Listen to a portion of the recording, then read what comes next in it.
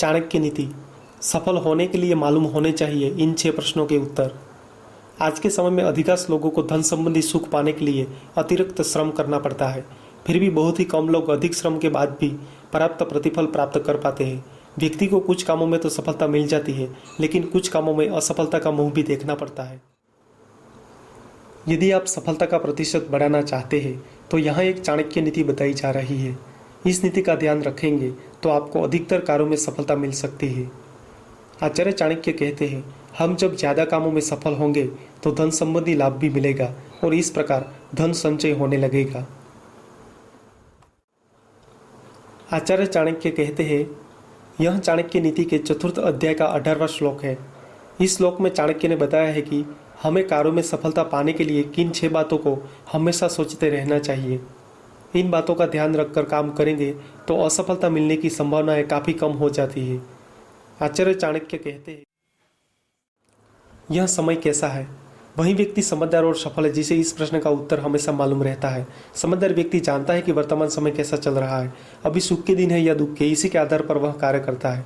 यदि सुख के दिन है तो अच्छे कार्य करते रहना चाहिए और यदि दुख के दिन है तो अच्छे कामों के साथ धैर्य बनाए रखना चाहिए। दुख के दिनों में धैर्य खोने पर अनर्थ हो सकता है। हमारे मित्र कौन कौन हैं? हमें यह मालूम होना चाहिए कि हमारे सच्चे मित्र कौन कौन हैं और मित्रों के वेश में शत्रु कौन कौन है। शत्रुओं को तो हम जानते हैं और उनसे बचते हुए भी कार्य करते हैं, लेकिन मित्रों के वेश में छिपे शत्रु को पहचानना बहुत जरूरी है। यदि मित्रों के वेश में छुपे शत्रु को नहीं पहचान पाएंगे तो कार्य में असफलता ही मिलेगी।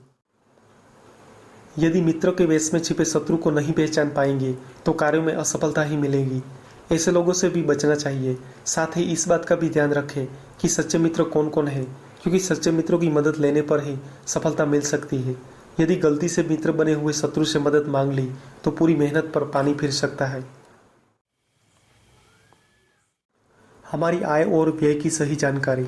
समझदार इंसान वही है जो अपनी आय और व्यय की सही जानकारी रखता है। व्यक्ति को अपनी आय देखकर ही व्यय करना चाहिए। जो लोग आय से अधिक खर्च करते हैं वे परेशानी में अवश्य फंसते हैं और धन संबंधी सुख पाने के लिए कभी भी आय से अधिक व्यय नहीं करना चाहिए। आय से कम खर्च करेंगे तो थोड़ा थोड़ा ही सही पर धन संचय हो सकता है। मैं किसके अधीन हूँ? आचार्य चाणक्य कहते हैं, हमें इस बात का ध्यान रखना चाहिए कि हमारा प्रबंधक, कंपनी, संस्थान या बॉस हमसे क्या चाहता है। हम ठीक वैसे ही काम करें जिससे संस्थान को लाभ मिलता है। यदि संस्थान को लाभ होगा तो कर्मचारियों को भी लाभ मिलने की संभावनाएं बढ़ जाती है। मुझ में कितनी शक्ति है? सबसे जरूरी है हमें यह मालूम होना कि हम क्या क्या कर सकते हैं। वही काम हाथ में लेना चाहिए जिसे पूरा करने का सामर्थ्य हमारे पास है।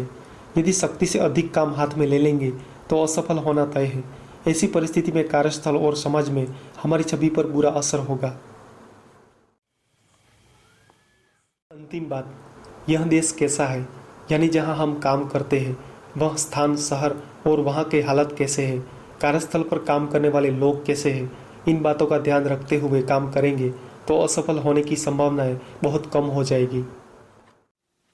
Please subscribe Vishal computer and studio.